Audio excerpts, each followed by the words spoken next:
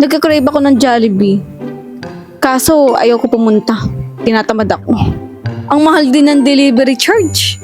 Kaya magluluto na lang ako. First of all, mag-prepare muna tayo dito ng chicken, spaghetti pasta, french fries, crispy fry, breadcrumbs, gravy mix, Del Monte soy sauce, and corned beef. And yeah, so hello.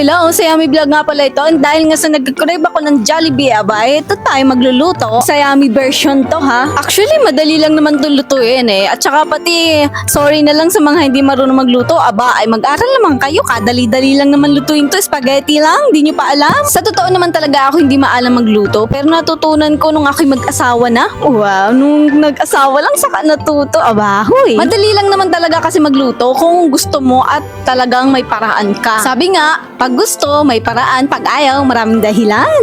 Ay diba? Tama naman. Mas okay nang magluto kaysa mag-order dahil sa totoo lang, mas madami pang maluluto mo at mas marami pang makakain mo kung ikaw ay magluluto kaysa naman sa mag-order ka, kunti lang. And real talk ko lang talaga para sa akin. Masarap naman kumain talaga sa Jollibee dahil nga malamig at may aircon. Wow! Aircon ang hinabol.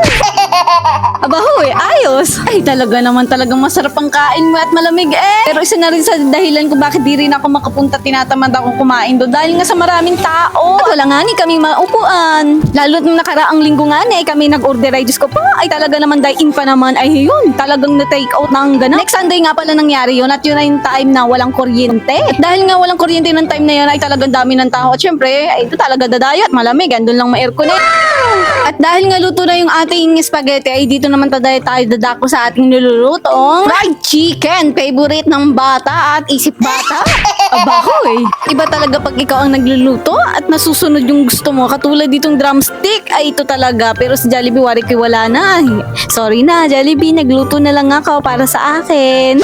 Pero grabe, ayoko na mag-talk dahil sa totoo nga yan, lagi ako nag-order at ang natatanggap ko ay ribs part at saka pecho. Oh my God.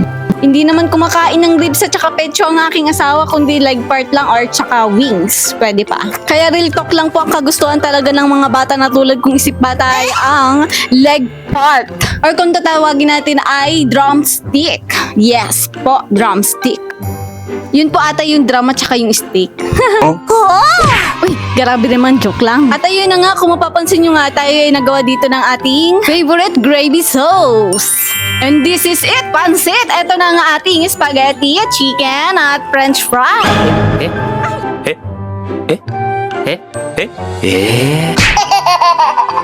Nagulat nga ako dito sa aking baby na to. Ay nauna pa palang kumain kaysa sa akin at kitang-kita nyo naman ang talagang katakawan. At dahil dyan, dahil sa pinanood mo to hanggang dulo, ay wag nyo pong kakalimutan mag-like and follow, share dito lang sa ating Sa Yummy Vlog. And thank you for the watching. Ito ng aking baby na matakaw kumain ng chicken. Hala, bye-bye!